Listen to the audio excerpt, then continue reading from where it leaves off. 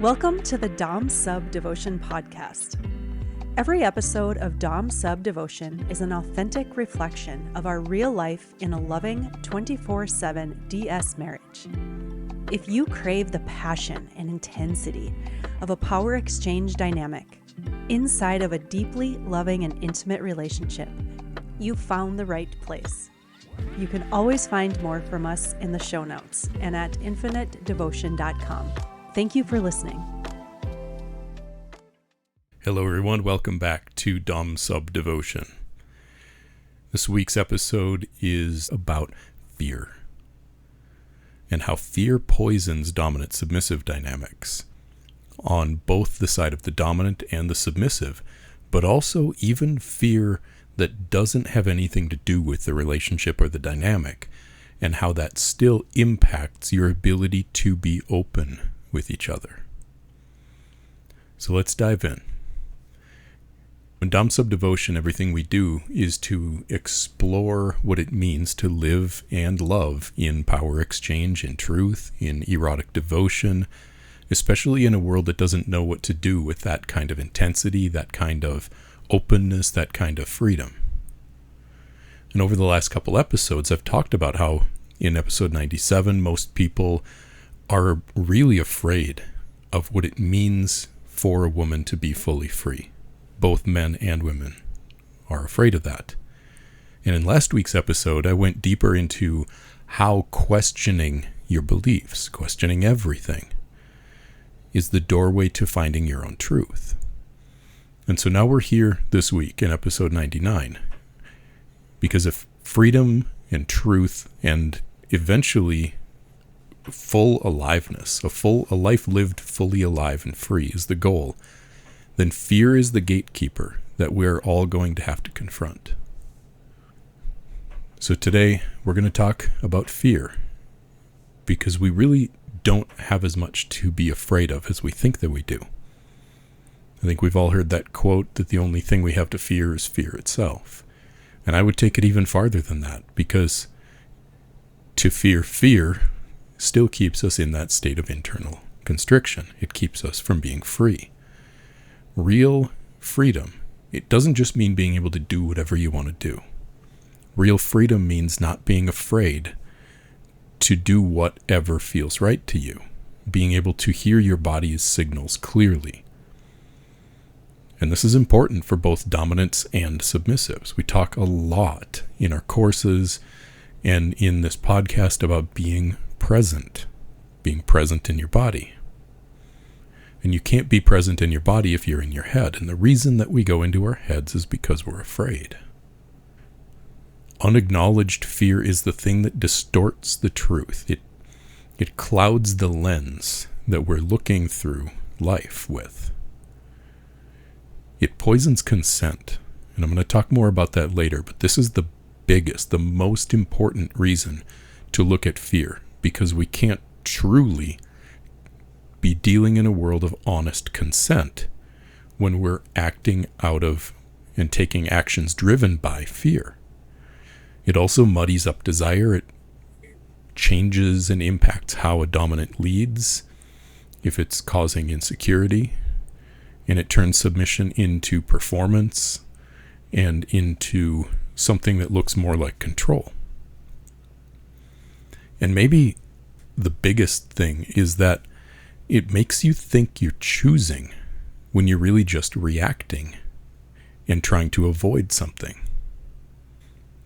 So we can't build any kind of a healthy, powerful relationship based on fear, but we especially can't build a healthy, powerful, erotic, intense, kinky, dominant, submissive dynamic from fear.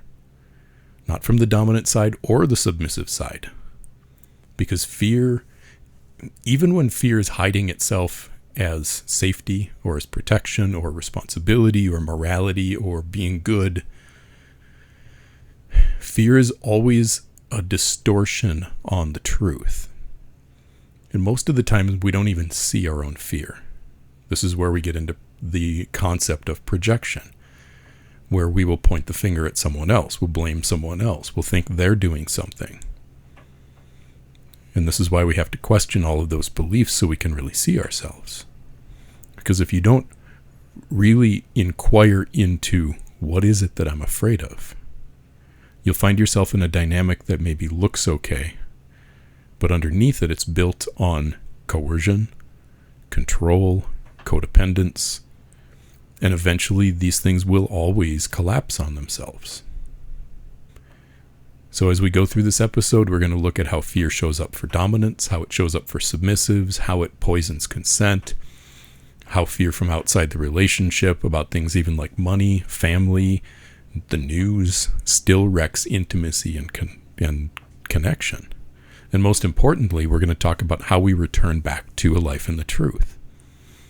Because real power exchange only happens when fear isn't running the show anymore. So let's get into fear. What is fear?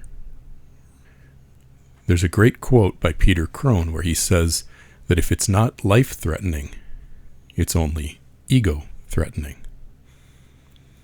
And the only in there is, it's only ego-threatening. Well, the things that threaten our ego feel like death. So fear it's a really powerful tool for us to see ourselves. Just like a trigger can be a really powerful tool to see ourselves. When there's something that's causing fear of loss, fear of anything, it's not just a momentary emotional response, but it is an embodied psychological posture. It's an anticipation of something happening that isn't happening yet, but it feels like it's about to. It's future-based. It's not about what is. And this is the important thing. Fear is always about what you think might happen.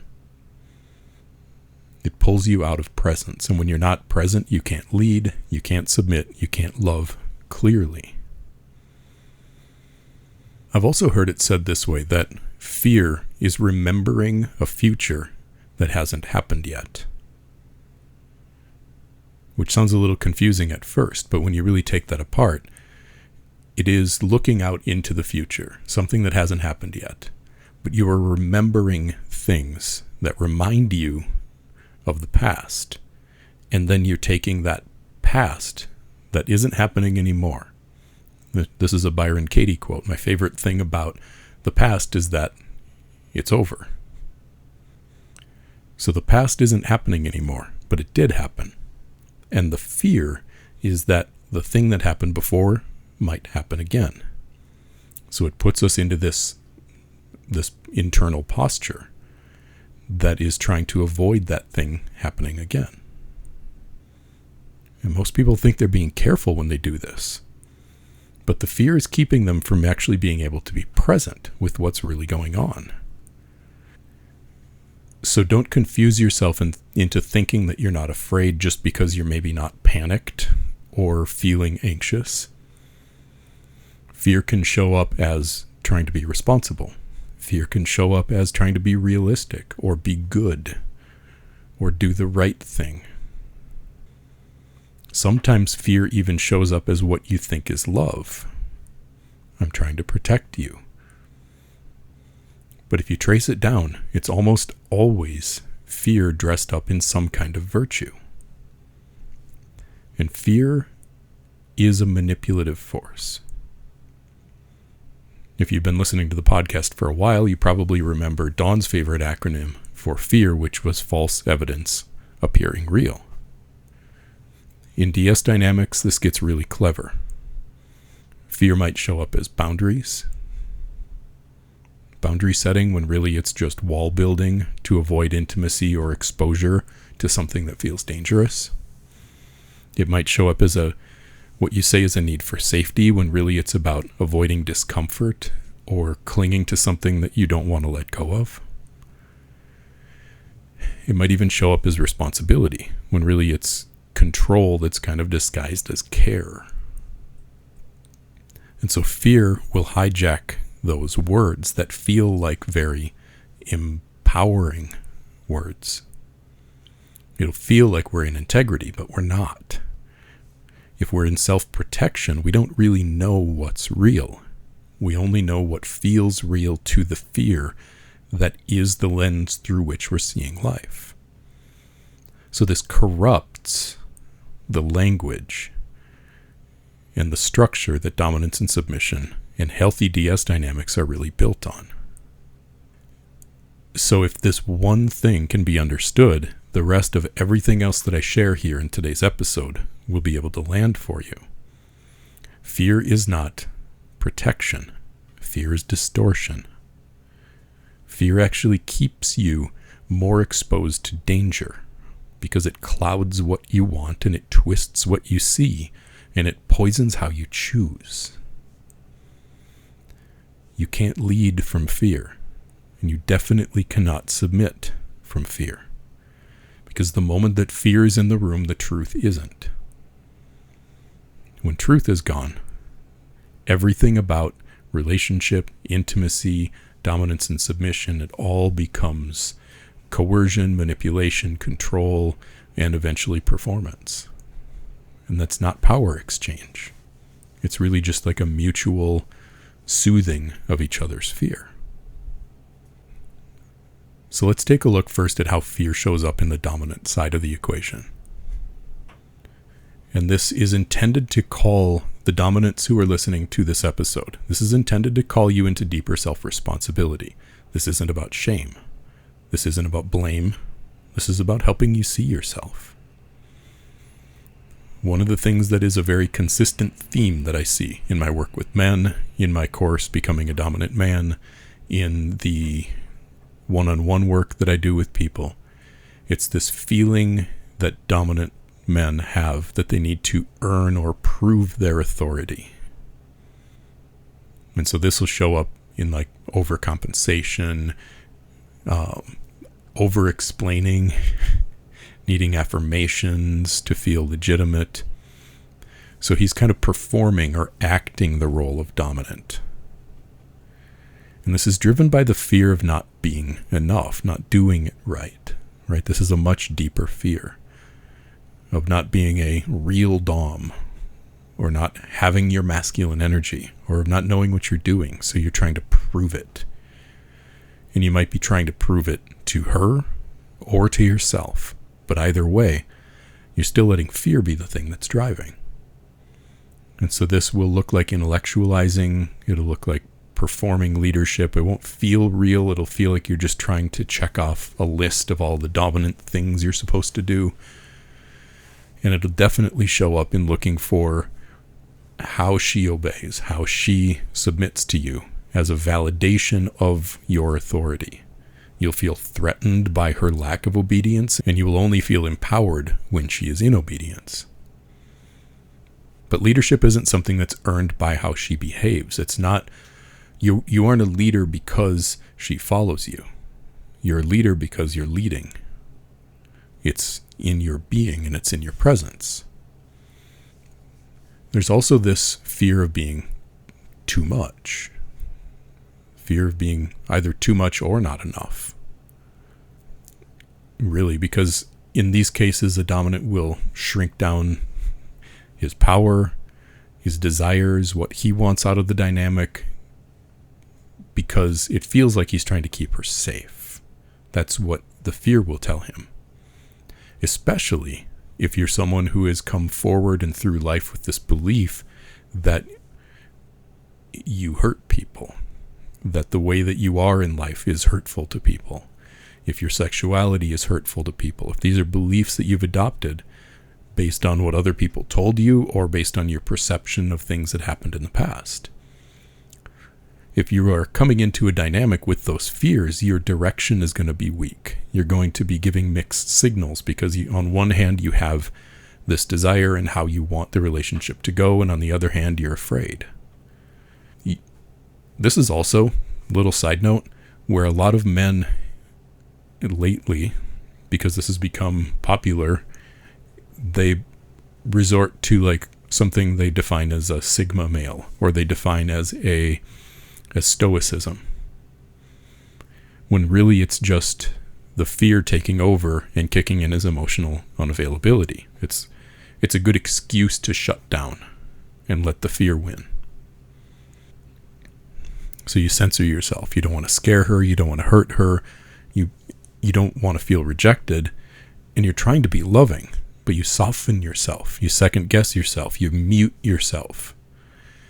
And this doesn't give her anything powerful to which she can submit. A submissive doesn't want a man who is safe. She wants someone who's clear, someone who's true, someone who has integrity, someone who isn't hiding his power, but who is instead really in full ownership of his power. And if you aren't trusting the fullness of your own energy, then she can't trust you either. And another big one that shows up for fear in dominant men is this fear of rejection, or the fear of her resistance. The places where you maybe finally, or you step forward and you are taking leadership, you're taking ownership in the relationship and the dynamic, and then she cries, or she pushes back, or she shuts down, or pulls back, or somehow doesn't feel like she's all the way there with you. And rather than trusting your leadership, you question it all. Did I do something wrong? Am I unsafe? Should I back off? Did I hurt her? But her storm isn't a signal to retreat. It really is an invitation to anchor deeper. Now, you will always be able to learn something from the way that she's reacting to you. But that doesn't mean that it is always you, that you did something to hurt her. It could just be that she's in her own fear. We'll be talking about that next. But if you collapse when she's emotional, if you collapse when she's not following you exactly the way that you want her to follow you, you're teaching her that she's the one who has to stay solid, because you'll fall apart if she doesn't perform perfectly for you. And then you've flipped the whole polarity. You've put her in the dominant role without even realizing it. So this really is about your leadership being based in truth rather than fear. Fear-based leadership is going to need her approval. It's going to manipulate with covert contracts and looking for permission. Fear-based leadership is reactive. You're going to react to the situations at hand rather than seeing them clearly and leading through them. But leadership that's based in truth is leading whether she's approving or not. You are going in the direction you are going with your life and with this relationship, and she's deciding if she wants to come with. Leadership that's based in truth invites devotion without needing to demand it. And leadership that's based in truth is present. You're actually here. You're not performing anything. You're just leading. So this isn't about perfection. This is about coming into the moment, coming into the present, feeling that fear and choosing how you want to act anyway, so you can see clearly. So if you want to lead a submissive, you have to know what it is that's leading you. A dominant man does not earn the submission of a submissive woman until he is in submission to something beyond him. She will not feel safe enough if the thing that is leading your dominance is fear.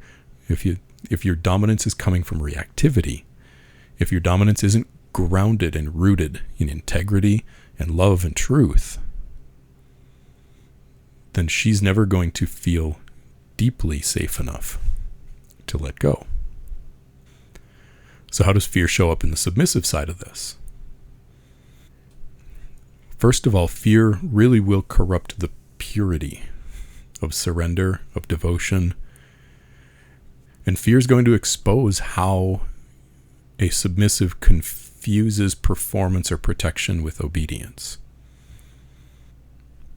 Real, true, deep submission cannot coexist with unacknowledged fear. Because that unacknowledged fear, that thing that is unconscious, it's kept below the surface. It becomes manipulation, it becomes control, and it prevents you from actually feeling like you can let go. But the truth is that that fear is there for a reason. It's there trying to protect you. So you have to be able to see where it's telling you lies and where you're trying to protect yourself from something that isn't happening now, but rather something that happened in the past. So for submissives, the fear of being too much or the fear of not being enough really leads to modulating and controlling expression. On one hand, she'll shrink, and on the other hand, she'll perform, she'll put on an act. And this is a place where submissives dance a lot, between this edge of I'm too much, I want too much, I need too much, and I'm not enough, I'm not good enough, I'm not worthy. I'm too needy, I'm too sensitive, I'm too kinky, I'm too messy, or I'm too quiet, I'm too passive, I'm too basic, I'm too messed up, I'm too broken.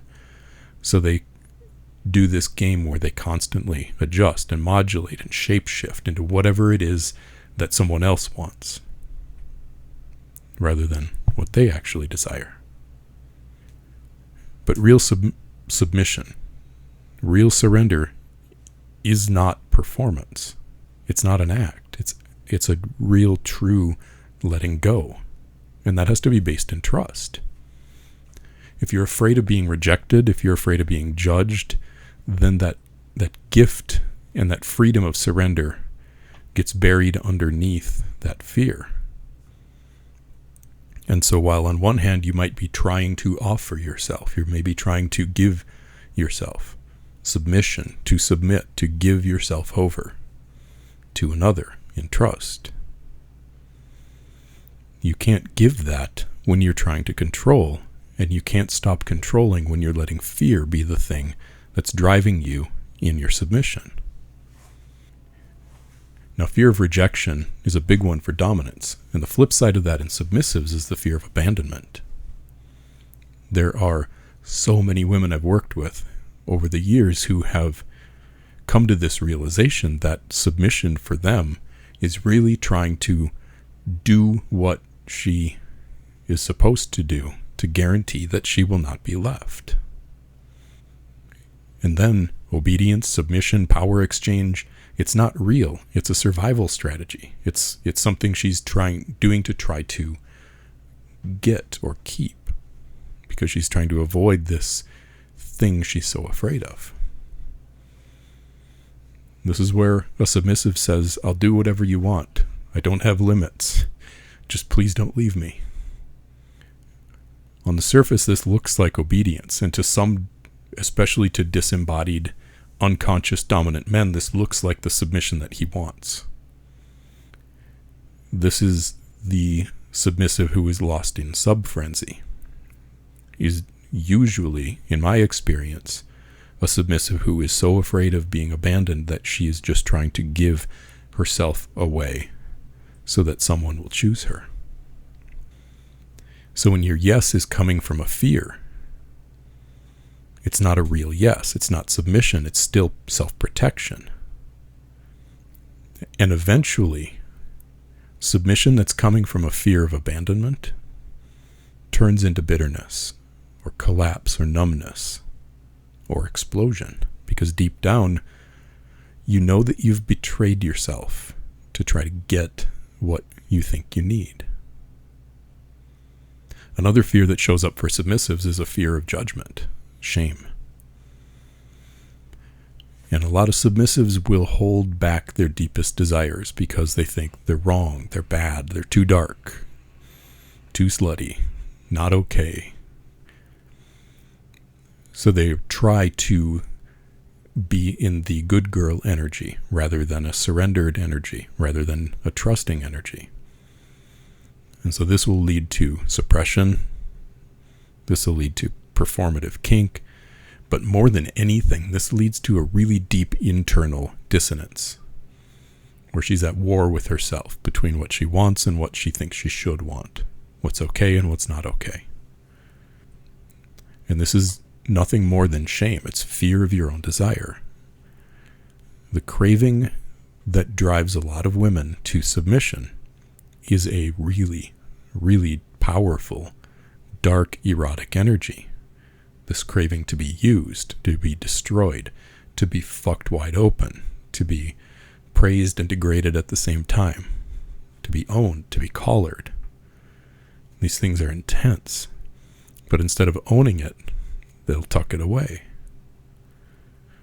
They try to become the good sub. They try to become the submissive that their partner wants rather than the submissive that they are. But real erotic truth will never come alive in safety, especially when safety comes out of fear. Erotic truth lives in the places you're afraid to admit. When fear keeps you from embodying that real desire, you stay stuck in performance, not in presence. And so you're submitting with your body, but you're still acting out something. You're still playing a game. So there's a real felt sense difference for a submissive between submission that's based in fear and submission that's based in truth.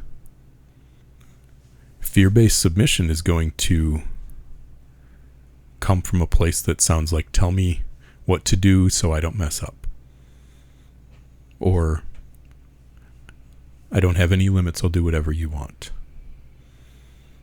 Or, I don't really want to do that, but I'll do it because you want to. But it can also come with a voice that sounds something like,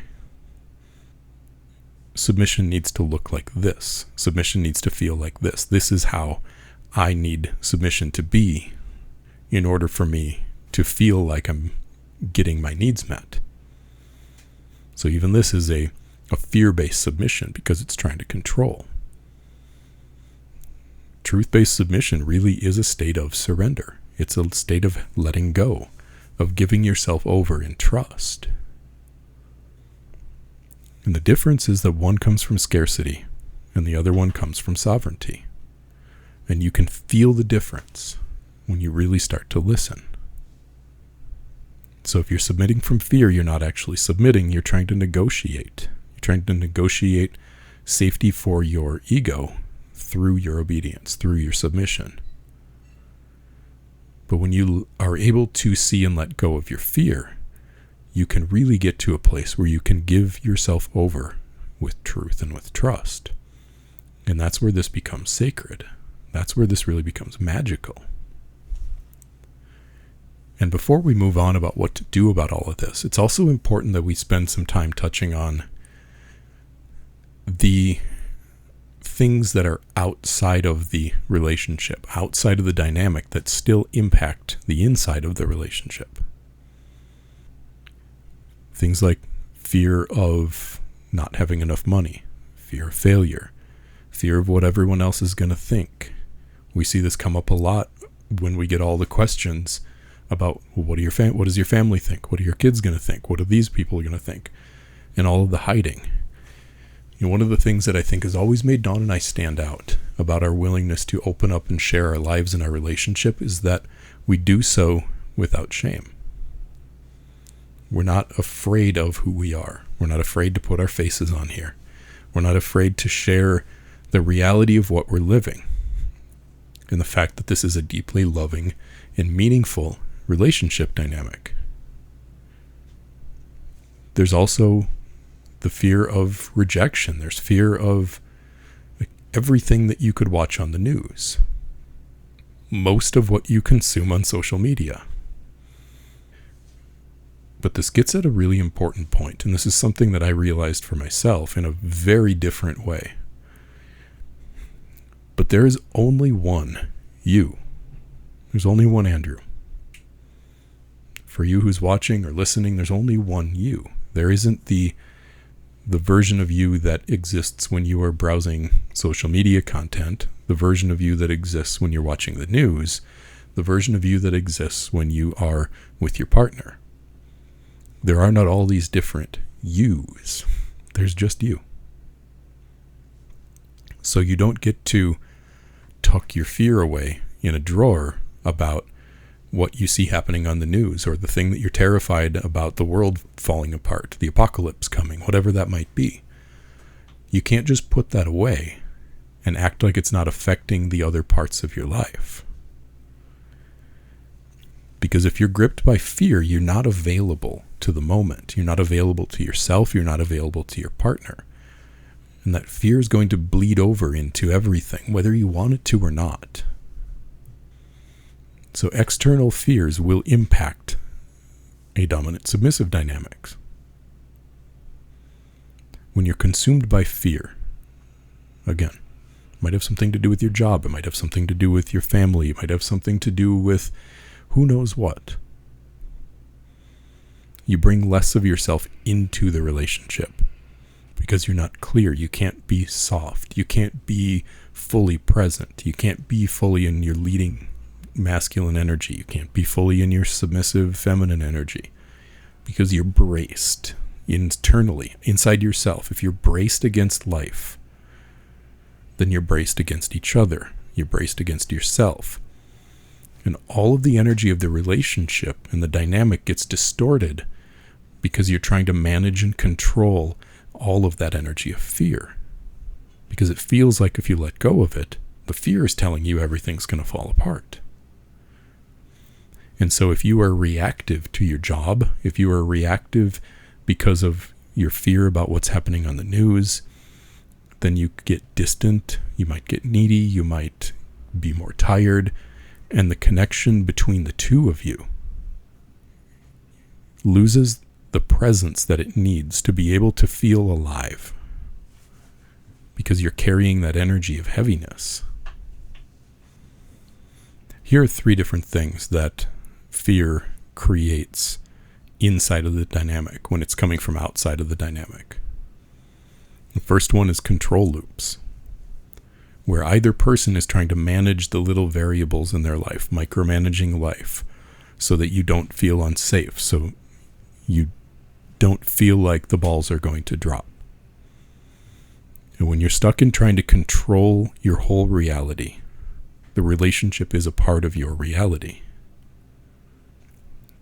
This can also cause codependency, this fusion where you feel so unsafe and feel so out of control that you try to use your partner to lean on and to stabilize what you haven't been able to come to grips with and be present with reality inside of yourself. So you start to dump or unload your fear onto your partner. But probably the biggest one is emotional reactivity. When life feels dangerous because fear is in control, you project that survival instinct that you're stuck inside of into the relationship. You might be critical, you might be cold, you might be reactive, panicked, withdrawn. This is what's happening inside of yourself because of the fears that you're carrying around with you. So for dominance, if you're not grounded in your own center, you can't lead. If you don't have your financial situation in order, or if your family is disapproving of your lifestyle, you're feeling judged, then you've put the power outside of yourself. And you've outsourced your stability onto things outside of you, which will keep you from having the presence in your life that you need to have to be able to lead. And especially if you start to lean on her for your stability, that's where it can become codependency. You'll call it connection. It'll feel like intimacy, but really it's using her to caretake your emotions. And if you're asking her to soothe you, she can't follow you. And she feels that. I promise you she feels that. You don't have to say it out loud. You don't have to admit it. Even if you don't know that's what you're doing, she feels it. And submissives, when fear owns you, you cannot surrender. You're not available. This is where hypervigilance comes from in women when they say they want to be submissive, but they can't let go of control. It's because they're scanning, constantly scanning for problems, for mistakes, for anything that might go wrong. And then from that position, you can't do anything other than try to manage the outcomes, to criticize mistakes, because you are so tuned into everything that might go wrong. So that fear is in complete control of you. You can't let go because it terrifies the part of you that feels like everything's going to fall apart if you do let go. So this might look like being responsible. You might label this as, well, the way that I am or the thing that I have to do, but it's keeping you from being able to feel the freedom of letting go. So the bottom line is this: sovereignty, self-ownership is the prerequisite for power exchange. If you're owned by fear outside of the relationship, you can't offer or receive your partner fully. And to be in a power exchange relationship, a dominant submissive dynamic, you are making a conscious, sovereign decision to exchange power. No dynamic can thrive without presence, and you cannot be present when fear is the thing that's in control. And that's why this matters. Now, maybe the most poisonous thing about fear and how it impacts dominant submissive dynamics is that consent in a dominant submissive dynamic is not real if there's fear present in the dynamic. If someone agrees to something out of fear because they're afraid of being left, because they're afraid of that they're not enough, afraid that they're going to be judged, afraid they're going to be punished, that's not consent. It's appeasement, it's survival, it's fear. In a dominant submissive dynamic, consent is everything. That distinction is not negotiable. You have to understand how fear is impacting you because it's impacting your ability to consent. And what you think might be devotion or submission or dominance might just be self-protection. And what feels like consent in the moment and eventually feels like you violated yourself or you were violated when you thought you agreed to it in the moment probably means that your consent inside yourself wasn't real. It was coming from or being driven by fear. And this corrupts both submissive and dominant. This isn't just a submissive thing. Because if you're a dominant and you are afraid that she'll leave, you're afraid she might abandon you or reject you, you might start leading from fear without even knowing it, softening your commands, pushing too hard, punishing her emotionally, tacitly, by withdrawing yourself or pulling back when she resists. You might manipulate her with guilt or approval seeking. And this isn't a malevolent, malicious thing. It's fear. You're afraid. But then her yes, her consent, isn't a free choice that she's making to a clear leadership. She's only responding to and submitting to the version of you that you're bringing. The afraid of being left, the afraid of being rejected version. So she's only consenting to leadership that isn't even real. So a coercive dominance cannot make a safe space for true consent from a submissive. And that's how fear poisons consent in dominance. It's just one way. I could go on that all day long. I don't have time to. But fear also corrupts consent in the submissive. This one's a little bit more obvious. But if you say yes, or you agree to something, or you agree to go along with something because you're afraid of being abandoned or replaced, or that you won't be loved, or that you think you need to do what you're told, that's not a yes. That is a survival response, and it's a disembodied yes. If you're afraid of saying no, you can't really say yes. So if you're constantly overriding your own truth, your own felt sense of what feels right to you, what feels good to you, just to feel safe or to not be left, eventually you won't even know what's real for you anymore. You lose your ability to feel real desire, and you have to be connected to real, authentic desire in order to have a real, authentic yes. And the only thing left behind then is performance. It's self-abandonment. And then your submission, obedience. It becomes a way to manage your fear. It becomes a way to avoid feeling bad about yourself. It becomes a way that you are trying to get something from your partner. And that's not an expression of devotion. That is not an offering of yourself.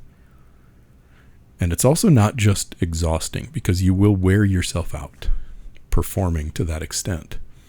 But it's also dangerous because you've handed over your power without a connection to your own felt sense, your own internal feminine integrity.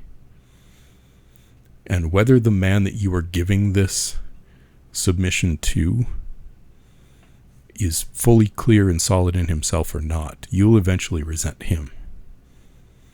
Because your yes isn't clean. Real consent can't be poisoned with panic or anxiety or performance or wanting to be good enough. It really has to come from clarity, self-trust, presence, deeply embodied connection to your own felt sense. You have to be able to stand in yourself fully and say, yes, I want this. I want it for me. I want it because it feels good to me. Which means you also have to fully have the capacity to say no, to mean no, and to hold up your no, to defend your no. If you don't have that, you're not choosing, you're just reacting. And that builds a foundation of resentment on both sides. Fear doesn't just distort the moment. If you're leading from fear, you're eventually going to resent. You're submissive because she's not trusting you. If you submit from fear, you'll resent him for leading you into something that you didn't really want. And you won't even really know where this came from because you said yes, you agreed to it. You did it, you went along with it. But when your yes is rooted in fear instead of freedom, you're not in a real dominant submissive dynamic. You're in a manipulative dynamic, even if it's unintentional and unconscious. So fear poisons consent because it disconnects you from choice. In a dominant submissive dynamic, consent is paramount. It's everything. And when fear is in control of either person or the dynamic, there is no real choice available.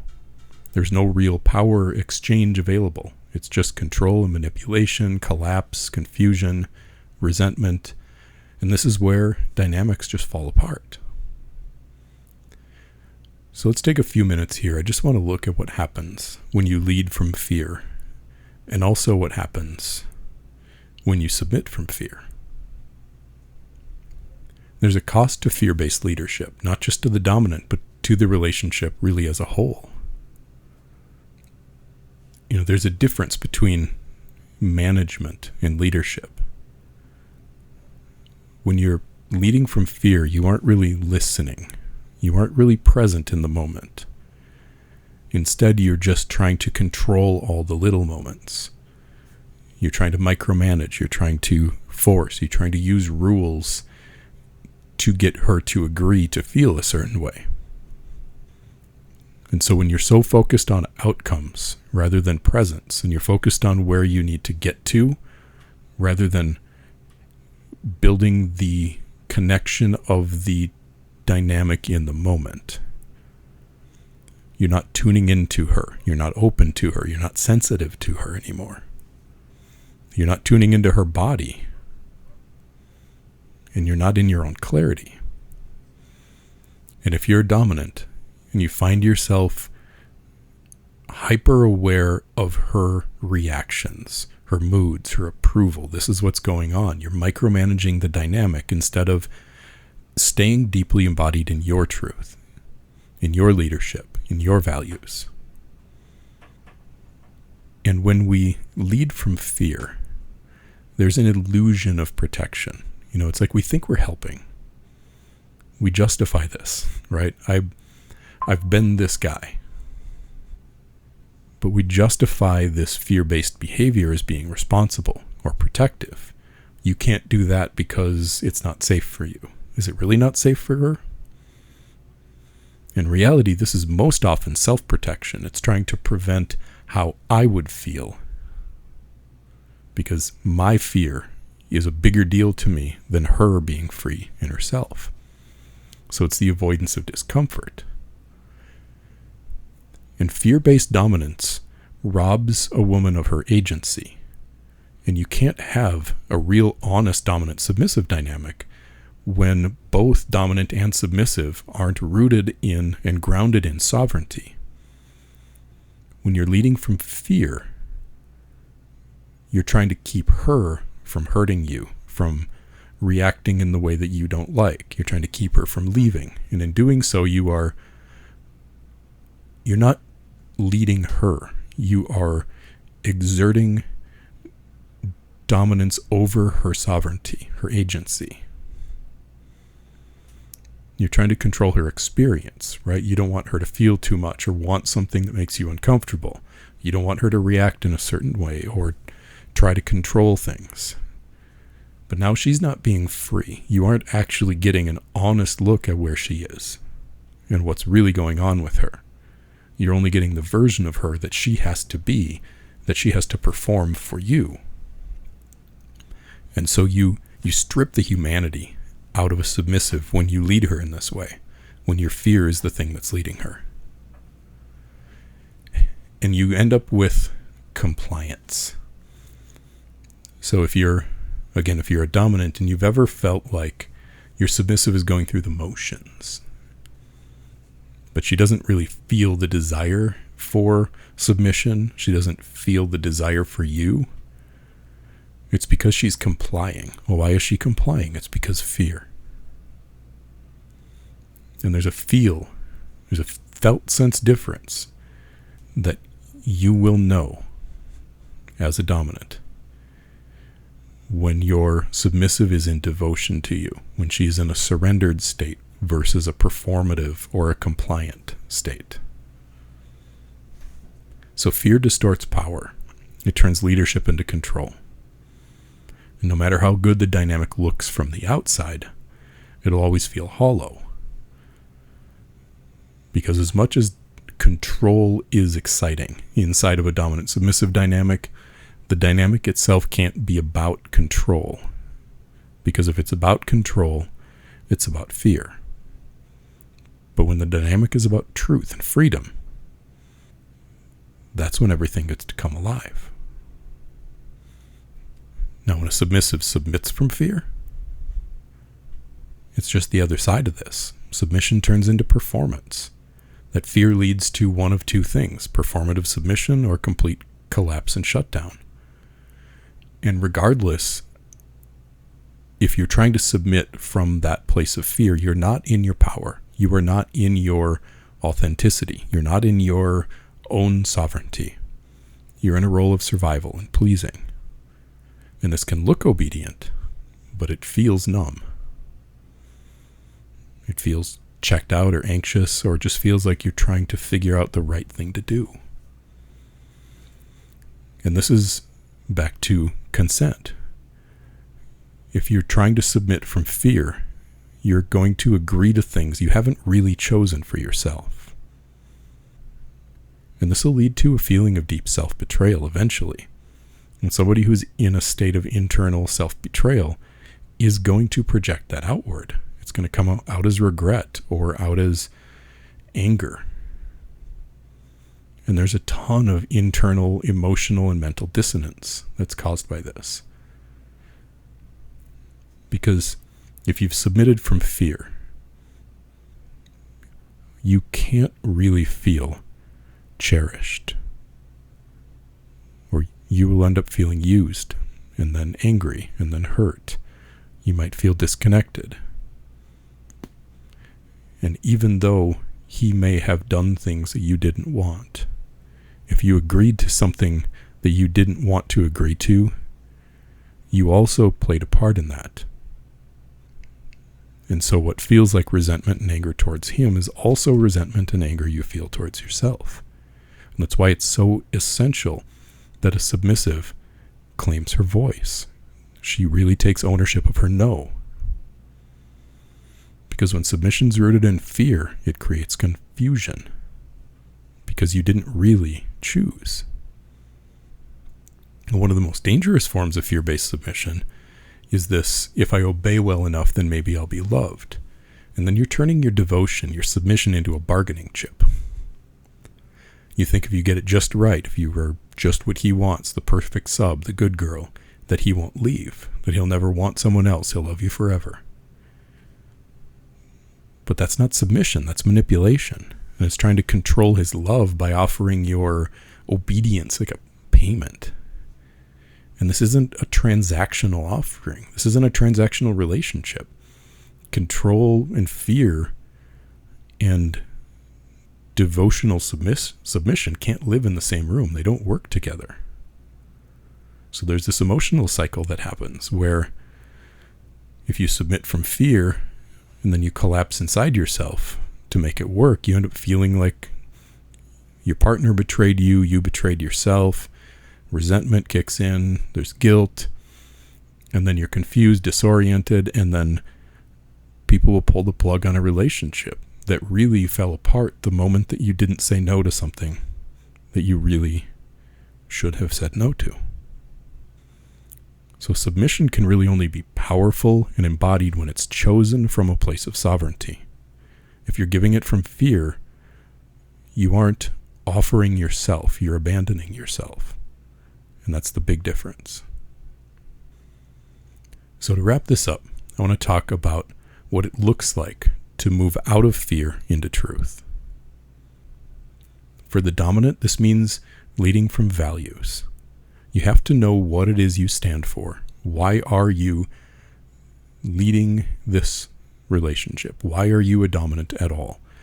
What is it that this relationship is about? Why are we doing this dynamic? So you recenter your leadership around sovereignty and then living in integrity to those values.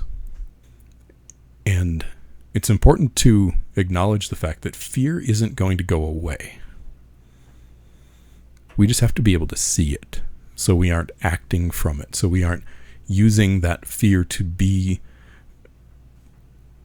the motivator for our decisions. So we have to have the courage to stand on our values and let go of the fear, to not be afraid of what it means, but to really instead be in ownership of what it is that we want and where we're going. For the submissives, making this move is really about moving out of performance-based submission and into embodied surrender, living a surrendered life. Trusting your body, only saying yes when your yes is coming from real desire, when it's not coming from a trying to be loved or trying to be good or trying to do the right thing, but because you want whatever it is that you're offering, really for yourself. And this means learning to listen to your body. It means getting back into connection with your feelings. But this means letting go of trying to be perfect, trying to be a people pleaser. You can't be in devotion and submission when you're in people-pleasing energy. That's all fear. Your real power is in your ability to be in your body and feel what you feel, all of the wild, messy, chaotic, untamed feeling, and to offer that, to give that to him, the person you've chosen to trust. So this is where it comes together, radical honesty. You have to say the thing you're afraid to say, and not using those words as a weapon. Using those words to liberate yourself from the fear. Dominant submissive dynamics are intense and they're passionate, and it can feel like they're burning really hot, especially at the beginning. You have to slow down. You have to slow everything down so you can get underneath the story, so you can get underneath the pattern, you can see the fear, feel the sensation, what's going on in your body. Because that's where the truth is. That's where the freedom is. And if you're rushing to outcomes, if you're rushing to making dominance and submission look the way that you think it needs to look and trying to force it to feel the way you want it to feel, you're missing the opportunity that is the very thing that will make that possible for you. All of the things you crave, power, surrender, intensity, it all lives in the present moment.